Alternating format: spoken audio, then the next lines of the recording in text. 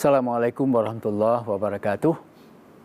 Kita teruskan kajian kita pada bulan Ramadan ini.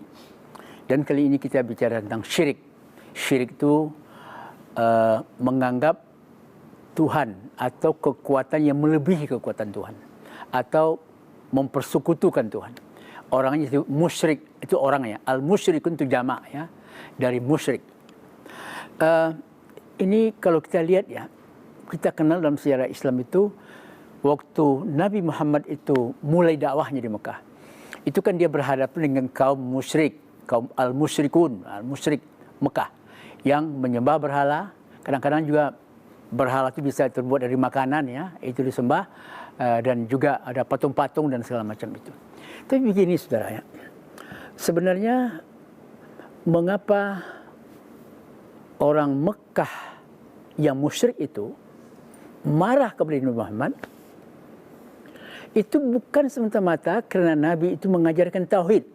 Tauhid itu adalah faham monoteisme sebagai lawan dari syirik, dari faham syirik itu.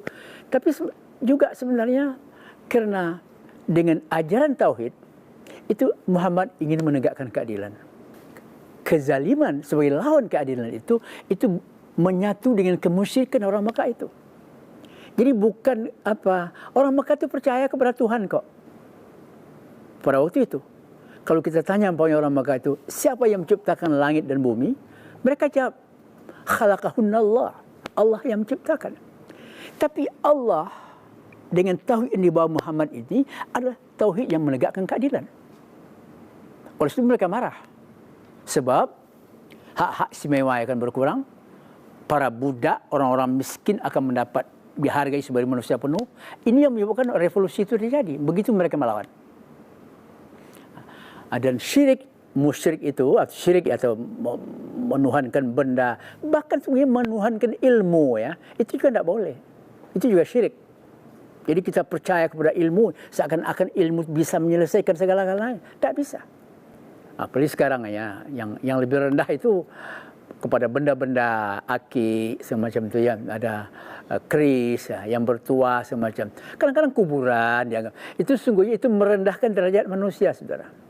Itu merendahkan derajat. Sebab dalam Islam itu, kalau kita mau berhubungan dengan Allah langsung tanpa perantara. Jadi tidak perlu lagi melalui, bahkan tidak bisa melalui arwah Nabi, tidak bisa. Malaikat tidak bisa. Kalau kita menghadap Tuhan, hadapkan hati sepenuhnya langsung. Ini hebatnya. Ini ajaran Islam. Ini tidak perlu lagi pakai macam-macam itu. Kan banyak kalau kita lihat, umpamanya kalau di Mekah itu ya, orang sedang haji itu biasa itu pukul-pukul kuburan Nabi ya, sehingga askar-askarnya marah itu ya. Karena dia anggap seakan-akan Nabi itu bisa menolong kita gitu. Itu kan tidak bisa.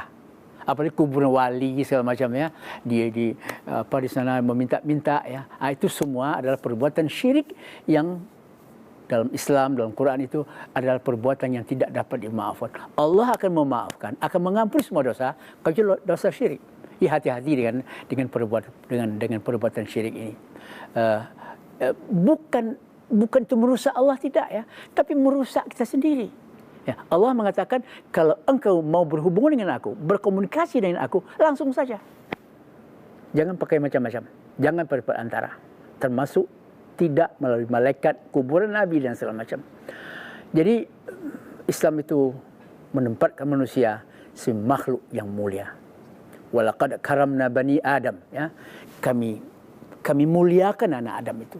Oleh sebab itu orang-orang yang percaya kepada macam-macam itu tadi ya, benda-benda sakti itu dia menghina diri sendiri. Dia merendahkan dirinya sendiri. Allah meminta kalau memohon pertolongan langsung kepada aku. Iyyaka na'budu wa iyyaka nasta'in. Hanya kepada engkau kami menyembah ya Allah, dan hanya kepada engkau kami mohon pertolongan. Pertolongan kepada manusia minta tolong boleh saja ya, tapi tidak sampai kepada hal yang bersifat gaib itu. Islam adalah agama tauhid, mengajarkan agama tauhid, satu Allah, dan itu sangat tajam ya. Jadi Allah itu satu. Tapi kepercayaan kepada satu Allah, satu Tuhan, itu implikasi di dunia adalah satunya kemanusiaan. Kemanusiaan yang satu, atau bangunan kemanusiaan satu hanya bisa ditegakkan kalau ada keadilan, kalau ada persaudaraan. Dan Quran sangat jelas dalam masalah ini. Perbedaan jangan sampai kita merusak kita. Latar belakang dan segala macam tidak boleh sampai meruntuhkan perumahan kemanusiaan.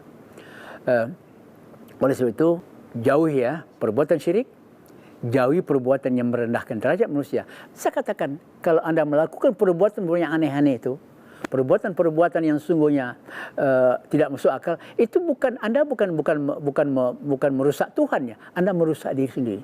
Anda tidak menghargai diri Anda sebagai manusia penuh